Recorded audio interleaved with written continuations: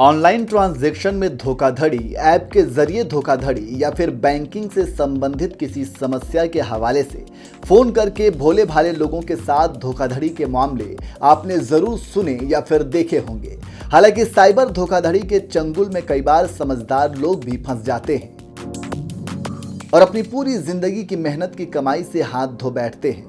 हालांकि साइबर ठगी को लेकर बैंकों द्वारा या फिर सरकार द्वारा हमेशा आगाह किया जाता रहा है, लेकिन हर बार ठग कुछ अलग तरीका निकालकर लोगों के पैसे चुरा लेते हैं और कई बार पुलिस ऐसे गिरोह का भंडाफोड़ भी करती है। इसी कड़ी में ठगी करने वाले एक गिरोह का भंडाफोड़ हुआ है। दिल्ली में चाइनीज ऐप के जरिए लोन के नाम पर करोड़ों की उगाही और ठगी करने वाले इंटरनेशनल सिंडिकेट का खुलासा हुआ है और पैसों की ठगी और उगाही का चीनी कनेक्शन सामने आया है। यह इंटरनेशनल सिंडिकेट लोगों को चाइनीज ऐप के जरिए तुरंत लोन का लालच देता था।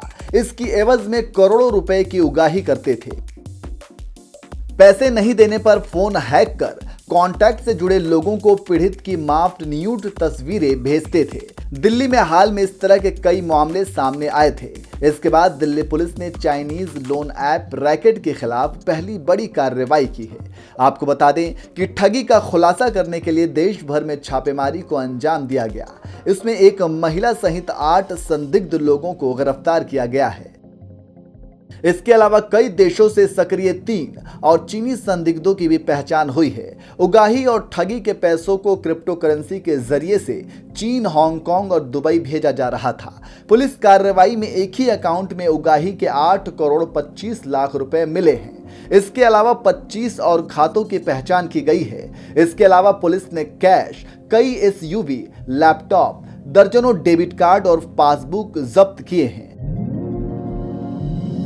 आपको बता दें कि ये गिरफ्तारियां दिल्ली, हरियाणा, राजस्थान और देश के दूसरे हिस्सों में हुई है। वहीं जब्त किए गए सामान को जब जांचा गया तो यह पाया गया कि आरोपी महिलाओं की तस्वीरों को मार्फ कर रहे थे। पुलिस ने सिंडिकेट के भारत में मास्टरमाइंड कृष्णा उर्फ रविशंकर को जोधपुर से गिरफ्तार किया। पुलिस ने रविशंकर के साथ काम कर चुके एक चीनी नागरिक को भी हिरासत में लिया है। हालांकि अभी उसकी पहचान उजागर नहीं की गई है। चलिए अब आपको बताते हैं कि ये लोग किस तरह लोगों को लालच देकर सिंडिकेट चलाते थे। तकनीकी जांच के दौरान पुलिस ने पाया कि सिंडिकेट ने बिना केवाईसी सत्यापन के अपने एंड्रॉयड ऐप के माध्यम से इजी लोन दिया। ये लोगों से बहुत कम समय में या तुरंत लोन देने का वादा करते थे।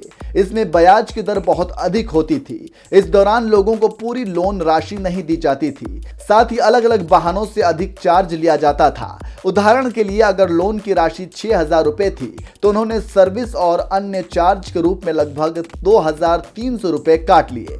पीड़ित को केवल 3,700 रुपए मिले। हालांकि पीड़ित को ब्याज के साथ 6,000 रुपए वापस करने की जरूरत थी, जो कभी कभी हफ्तों के भीतर 30,000 से 40,000 रुपए तक पहुंच जाता था। चलिए अब आपको समझाते हैं कि यह सिंडिकेट ठगी को कैसे अंजाम देता था। टारगेट लोन ऐप को अपने फोन में डाउनलोड करता था। इंस्टॉल करते समय परमिशन देता था।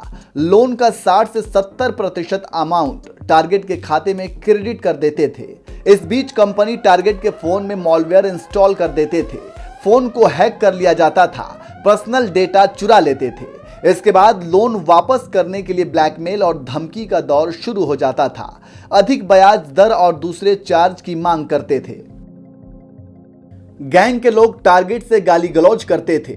लोन अमाउंट वापस करने के बाद भी यह जारी रहता था। तय राशि से अधिक मिलने पर ही यह उत्पीड़न रुक जाता था। तो इस तरह से लोगों को अपनी ठगी का शिकार बनाकर सिंडिकेट ने करोड़ों रुपए कमा लिया है। हालांकि अब तो पुलिस ने इनका भंडाफोड़ कर दिया है। अब आगे देखना होगा कि पुलिस पूछताछ में और क्या कुछ खुलासे होते हैं।